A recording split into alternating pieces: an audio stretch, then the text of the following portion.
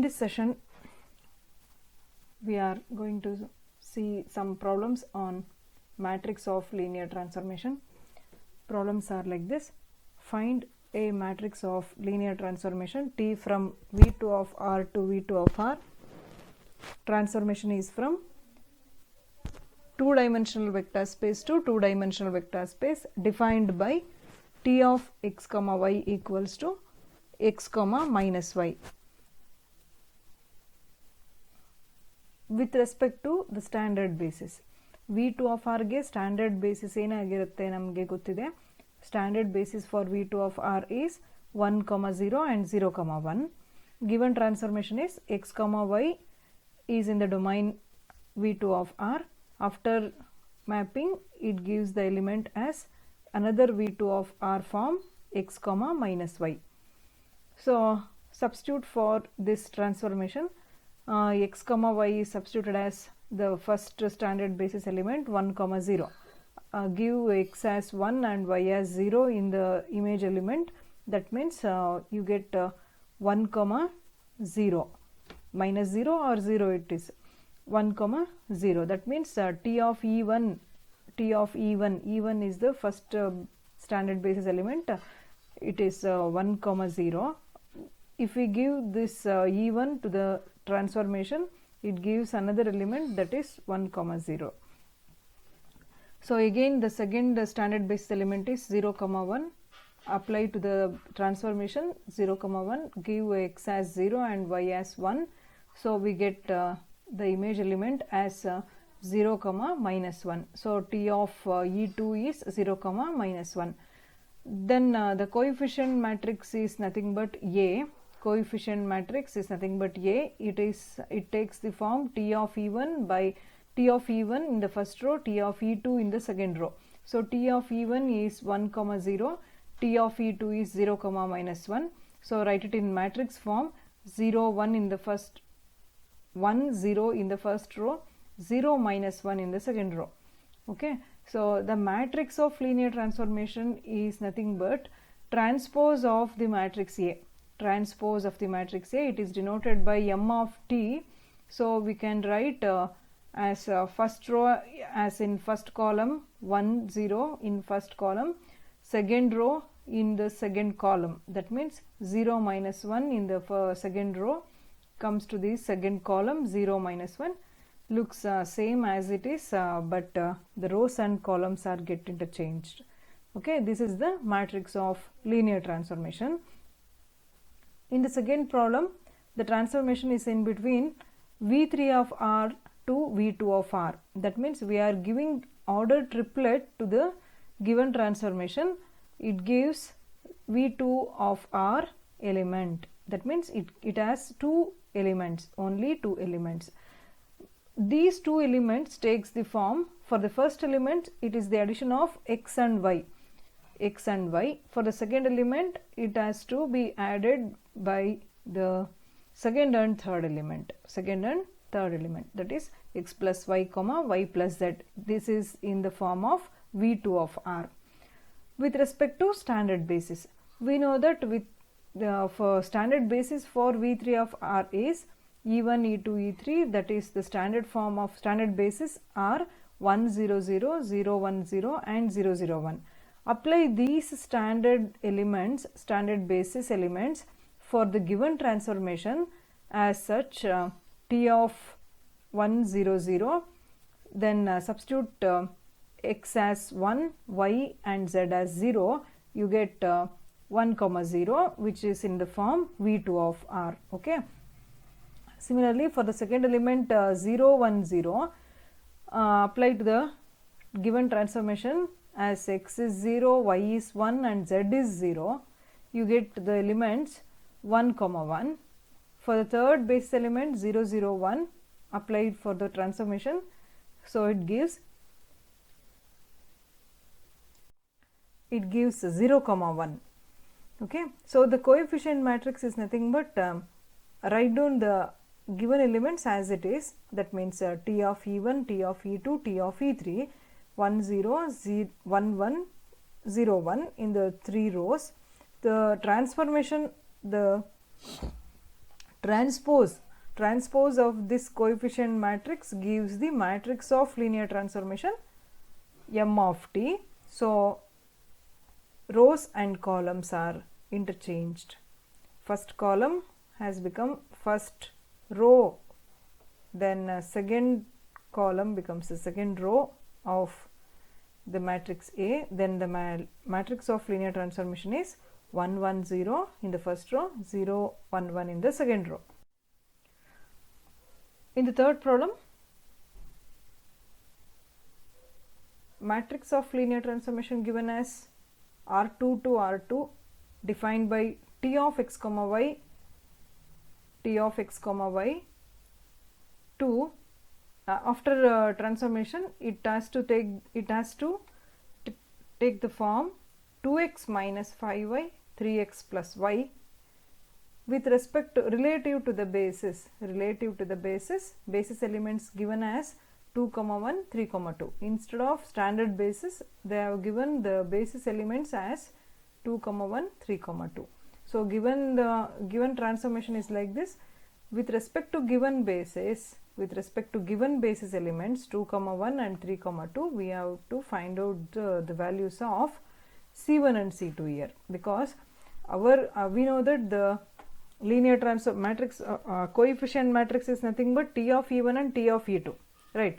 ನಮಗೆ ಗೊತ್ತಿರೋದು coefficient matrix ಬರೆಯೋದು ಯಾವ ಥರ ಫಾರ್ಮಲ್ಲಿ T of E one T of E two ಆ ಥರ ಫಾರ್ಮಲ್ಲಿ ಬರೀಬೇಕು. ಟಿ ಆಫ್ ಇ ಒನ್ ಅಂದರೆ ಏನು? E one is nothing but standard basis. E1 is nothing but standard basis 1 0 or 0 1 like this. So here we are going to find out the transformed elements with respect to the given basis. Given basis are different elements 2 1 3 2 like this. So first find out the image element with respect to 2 comma 1 first. So 2 comma 1 na first matrix of matrix definition ಏನು ಕೊಟ್ಟಿದ್ದಾರೆ, so linear transformation definition ಏನು ಕೊಟ್ಟಿದ್ದಾರೆ ಅದಕ್ಕೆ apply ಮಾಡ್ತೀವಿ. 2 comma 1 give x as 2 and y as 1 and find out the value of this that is -1,7. ಈ -1,7 ಅನ್ನೋದು T of 2 comma 1. It is not the value of T of E1 ಅಲ್ವಾ. T of E1 find out ಮಾಡಿಲ್ಲ ನಾವು, T of 2 comma 1 find out ಮಾಡಿದ್ದೀವಿ -1,7 ಅಂತ. So E1 ಬೇಕು ಅಂತಂದರೆ ನೀವೀಗ ಈ -1,7 with respect to standard basis express ಮಾಡ್ತಾ ಇದ್ದೀವಿ ಅಂತ ಬರೆದು -1,7 ಇನ್ ಟರ್ಮ್ಸ್ ಆಫ್ ಸ್ಟ್ಯಾಂಡರ್ಡ್ ಬೇಸಿಸಲ್ಲಿ ಎಕ್ಸ್ಪ್ರೆಸ್ ಮಾಡ್ತಾ ಇದ್ದೀವಿ ಅಂತ ಬರೆದ್ರೆ it can be rewrite as C1 into 1,0 plus C2 into 0,1 with respect to standard basis. ಇದನ್ನು ಲೀನಿಯರ್ ಕಾಂಬಿನೇಷನಲ್ಲಿ ಬರಿತಾ ಇದ್ದೀವಿ. ಇದರಲ್ಲಿ ನಾವು C1 C2 ಏನಾಗಿರುತ್ತೆ -1 and 7 ಆಗಿರುತ್ತೆ. So this is nothing but C1, C2 right. So it is C1 is -1, C2 is 7. ಈಗ C1 ಮತ್ತು C2ಗೆ ನೀವು -1 ಮತ್ತು 7ನ ಸಬ್ಸ್ಟಿಟ್ಯೂಷನ್ ಮಾಡಿದ್ರೆ ಇದೇ ಎಲಿಮೆಂಟ್ ಸಿಗುತ್ತೆ -1,7 ಅಂತ. ಸೊ ಅಲ್ಲಿಗೆ ಟಿ ಆಫ್ E1 ಮತ್ತು T of 2 comma 1 one and the same ಅಂತ ನೋಡಿದ್ವಿ. ಸೊ ನಾವಿಲ್ಲಿ ಕೋಎಫಿಷಿಯಂಟ್ ಮ್ಯಾಟ್ರಿಕ್ಸ್ ಬರೆಯುವಾಗ ಟಿ ಆಫ್ E1 ಜಾಗದಲ್ಲಿ ಈ C1 C2ನೇ ಸಬ್ಸ್ಟಿಟ್ಯೂಷನ್ ಮಾಡ್ಬೋದು ಅಂತ ಆಯಿತು, -1,7 ಅಂತ. ಸೊ ಅದೇ ಥರ ಸೆಕೆಂಡ್ ಬೇಸಿಸ್ ಎಲಿಮೆಂಟ್ 3 comma 2 ಇದೆ, ಅದನ್ನು ಟ್ರಾನ್ಸ್ಫಾರ್ಮೇಷನ್ಗೆ ಅಪ್ಲೈ ಮಾಡಿ ಏನಾಗುತ್ತೆ ಎಲಿಮೆಂಟು ಇಲ್ಲಿ ಎಕ್ಸ್ಗೆ 3 ಕೊಡಿ ವೈಗೆ 2 ಕೊಟ್ಟರೆ ಈ ಒಂದು ಡೆಫಿನೇಷನ್ನಲ್ಲಿ ನಿಮಗೆ ಎಲಿಮೆಂಟ್ಸು -4, 11 ಸಿಗುತ್ತೆ.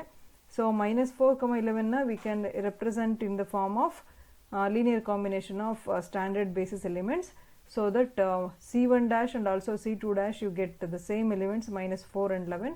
So we write the second row as T of E2, that is -4 and 11 itself. So the transfer matrix of linear transformation is given by the transpose of the coefficient matrix. The transpose of the coefficient matrix, that is -1 7 in the first column, -4 and 11 in the second column. So this is our matrix of linear transformation.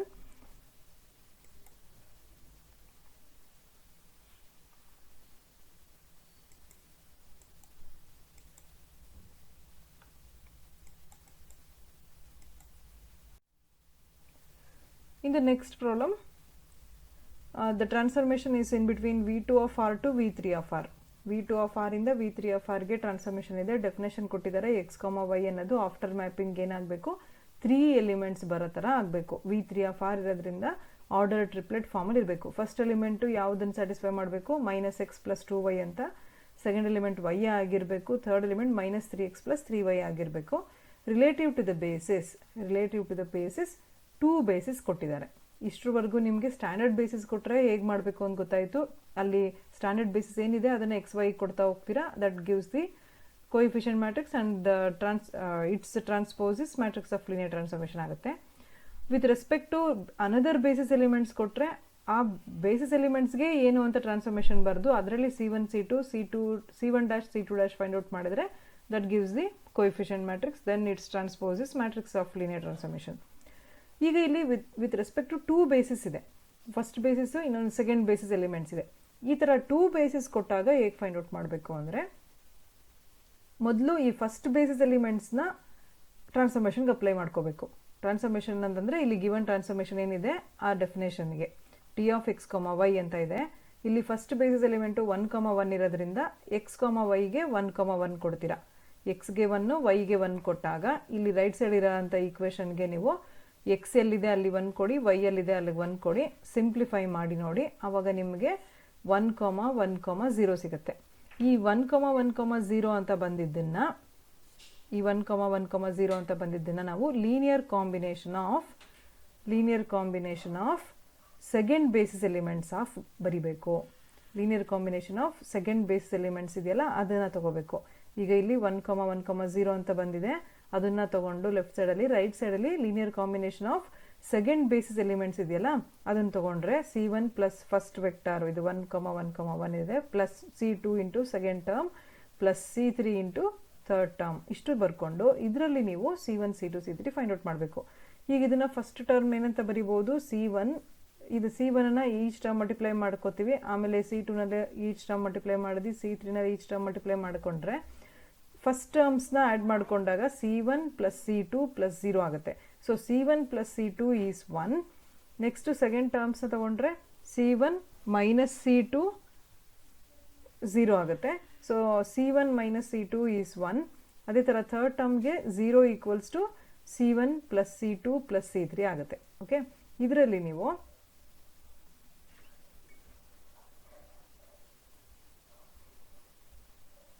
Simplify ಮಾಡಿಕೊಂಡು ಇದರಲ್ಲಿ C1 C2 C3 find out ಮಾಡಿ substitution ಮಾಡಿಕೊಂಡು.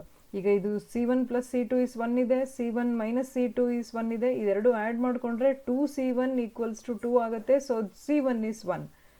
2C1 equals to 2 ಆಗುತ್ತೆ. So C1 is 1 ಆಗುತ್ತೆ. So C1ಗೆ ನೀವು 1 ಅಂತ substitution ಮಾಡಿಕೊಂಡ್ರೆ C2 ಅನ್ನೋದು ನಿಮಗೆ 0 ಅಂತ ಸಿಗುತ್ತೆ. C1 C2 ವ್ಯಾಲ್ಯೂಸ್ನ ಈ ಥರ್ಡ್ ಈಕ್ವೇಷನಲ್ಲಿ ಸಬ್ಸ್ಟಿಟ್ಯೂಷನ್ ಮಾಡಿ 1 and 0 ಅಂತ. Then C3 is -1.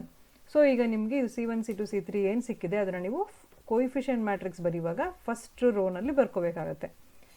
Okay, then ಈಗ ಸೆಕೆಂಡ್ ರೋ ಫೈಂಡ್ ಔಟ್ ಮಾಡೋದಕ್ಕೆ B1 ಅಲ್ಲಿರೋ ಸೆಕೆಂಡ್ ಎಲಿಮೆಂಟ್ ಯಾವುದಿದೆ -1, 1 ಅದನ್ನು ನೀವು ಟ್ರಾನ್ಸ್ಫಾರ್ಮೇಷನ್ಗೆ ಅಪ್ಲೈ ಮಾಡ್ಕೋಬೇಕು. -1, 1 T ಅನ್ನು ಟ್ರಾನ್ಸ್ಫಾರ್ಮೇಷನ್ಗೆ ಅಪ್ಲೈ ಮಾಡ್ಕೊಳ್ಳಿ. ಈ ಕೊಟ್ಟಿರೋ ಈಕ್ವೇಷನ್ಸ್ಗೆ ಎಕ್ಸ್ನ ನೀವು -1 ಅಂತ, ವೈನ 1 ಅಂತ ಸಬ್ಸ್ಟಿಟ್ಯೂಷನ್ ಮಾಡಿ ಸಿಂಪ್ಲಿಫೈ ಮಾಡಿದ್ರೆ 316 ಅಂತ ಸಿಗುತ್ತೆ. 316 ಅಂತ. ಎಗೈನ್ ಈ 316ನ ನಾವು linear combination of second basis elements ಆಗಿ ಬರ್ಕೋಬೇಕು. ಆವಾಗ ಅಲ್ಲಿ ಎಗೈನ್ C1 C2 C3 ತಗೊಳ್ಳೋ ಬದಲು C1 C2 ಆ್ಯಂಡ್ C3 ಅಂತ ತಗೊಂಡು ಸೆಕೆಂಡ್ ಬೇಸಿಸ್ ಎಲಿಮೆಂಟ್ಸ್ನಲ್ಲಿ ಲೀನಿಯರ್ ಕಾಂಬಿನೇಷನಲ್ಲಿ ಬರೆದು ಈಚ್ ಟರ್ಮ್ ಫಸ್ಟ್ ಟರ್ಮ್ಸ್ನ ಈಕ್ವೇಟ್ ಮಾಡಿ, ಸೆಕೆಂಡ್ ಟರ್ಮ್ಸ್ನ ಈಕ್ವೇಟ್ ಮಾಡಿ, ಥರ್ಡ್ ಟರ್ಮ್ನ ಈಕ್ವೇಟ್ ಮಾಡಿಕೊಂಡು ಅಲ್ಲಿ ನೀವು C1 C2 C3 find out ಮಾಡಿ. ಆಗ ನಿಮಗೆ ಅದು ವ್ಯಾಲ್ಯೂಸು 2, 1, 3 ಅಂತ ಸಿಗುತ್ತೆ.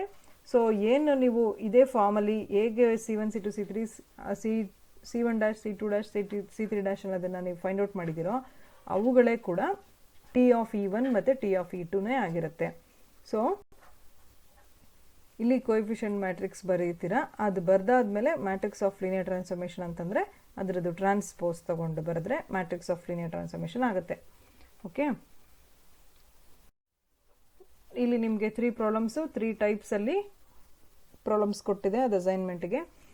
ಫಸ್ಟ್ ಒನ್ ನಿಮಗೆ with respect to standard basis find out ಮಾಡಬೇಕು. ಅಂದರೆ ಸ್ಟ್ಯಾಂಡರ್ಡ್ ಬೇಸ್ ಅಂದರೆ ನಿಮಗೆ ಗೊತ್ತಿದೆ ಅಲ್ಲ, ಅದು ಈಗ V3 ಆಫ್ ಆರ್ಗೆ ನೀವು ಸ್ಟ್ಯಾಂಡರ್ಡ್ ಬೇಸಿಸ್ ಏನಾಗಿರುತ್ತೆ 1 0 0 0 1 0 0 0 1 ಆ ಎಲಿಮೆಂಟ್ಸನ್ನು ಸ್ಟ್ಯಾಂಡರ್ಡ್ ಬೇಸಿಸ್ನ ಟ್ರಾನ್ಸ್ಫಾರ್ಮೇಷನ್ಗೆ ಅಪ್ಲೈ ಮಾಡಿಕೊಂಡು ಫೈಂಡ್ ಔಟ್ ಮಾಡಿದ್ದನ್ನು ನೀವು ಮ್ಯಾಟ್ರಿಕ್ಸ್ ಆಫ್ ಲೀನಿಯರ್ ಟ್ರಾನ್ಸ್ಫಾರ್ಮೇಷನ್ ಅಂತ ಡೈರೆಕ್ಟಾಗಿ ಬರಿಬೋದು. T of E1, T of E2, T of E3. ಅದೇ ಥರ ಸೆಕೆಂಡ್ ಫಾರ್ಮಲ್ಲಿ ಇಲ್ಲಿ ನಿಮಗೆ with respect to basis elements ಬೇರೆ ಕೊಟ್ಟಿದ್ದಾರೆ. ಬೇಸಿಸ್ ಎಲಿಮೆಂಟ್ಸ್ ಬೇರೆ ಕೊಟ್ಟಿದ್ದಾರೆ ಅಂತಂದರೆ ಇದನ್ನು ನೀವು T of 1, 0 ಕೊಟ್ಟಾಗ ಏನು ಬರುತ್ತೆ ಎಲಿಮೆಂಟು ಅದು, ನೆಕ್ಸ್ಟು T of 1, 1 ಕೊಟ್ಟಾಗ ಸೆಕೆಂಡ್ ಎಲಿಮೆಂಟ್ ಸಿಕ್ಕಿರುತ್ತೆ. ಅದನ್ನು C1 C2 ಲೀನಿಯರ್ ಕಾಂಬಿನೇಷನಲ್ಲಿ ಎಕ್ಸ್ಪ್ರೆಸ್ ಮಾಡಿಕೊಂಡು C1 C2 ಮತ್ತು C1' C2' ಫೈಂಡ್ ಔಟ್ ಮಾಡ್ಕೊಂಡು ಬರೀತಿರಲ್ಲ, ಅದು ನಿಮಗೆ ಕೋಎಫಿಷಿಯಂಟ್ ಮ್ಯಾಟ್ರಿಕ್ಸ್ ಆಗಿರುತ್ತೆ. ಅದರದ್ದು transpose matrix of linear transformation ಆಗುತ್ತೆ. ಅದೇ ಥರ ಇಲ್ಲಿ third type last problem discuss ಮಾಡಿದ್ವಲ್ಲ, ಹಾಗೆ ಇಲ್ಲಿ 2 ಸೆಟ್ಸ್ ಆಫ್ ಬೇಸಿಸ್ ಎಲಿಮೆಂಟ್ಸ್ ಕೊಟ್ಟಿದ್ದಾರೆ. ಫಸ್ಟ್ ಸೆಟ್ ಎಲಿಮೆಂಟ್ನ ನೀವು ಟ್ರಾನ್ಸ್ಫಾರ್ಮೇಷನ್ಗೆ ಅಪ್ಲೈ ಮಾಡಿದ್ರೆ ಸಿಗೋಂಥ ಎಲಿಮೆಂಟ್ನ ಮತ್ತೆ ಅದನ್ನು linear combination of B2 elements ಅಲ್ಲಿ ತೊಗೊಂಡು C1 C2 C3 find out ಮಾಡ್ಕೋಬೇಕು. ಅದೇ ಥರ ಸೆಕೆಂಡ್ ಎಲಿಮೆಂಟ್ 3, 1 ಟ್ರಾನ್ಸ್ಫಾರ್ಮೇಷನ್ಗೆ ಅಪ್ಲೈ ಮಾಡಿಕೊಂಡು ಅಲ್ಲಿ ಬಂದಂಥ ಎಲಿಮೆಂಟನ್ನು ಮತ್ತೆ linear combination of C1' C2' C3' ಅಂತ ತೊಗೊಂಡು ಅದರ ಲೀನಿಯರ್ ಕಾಂಬಿನೇಷನ್ ಆಫ್ B2 ನಲ್ಲಿ ಬರ್ಕೊಂಡು ಅಲ್ಲಿ C1' C2' C3' find out ಮಾಡಿ matrix of linear transformation find out ಮಾಡ್ಕೋಬೋದು. Okay, thank you.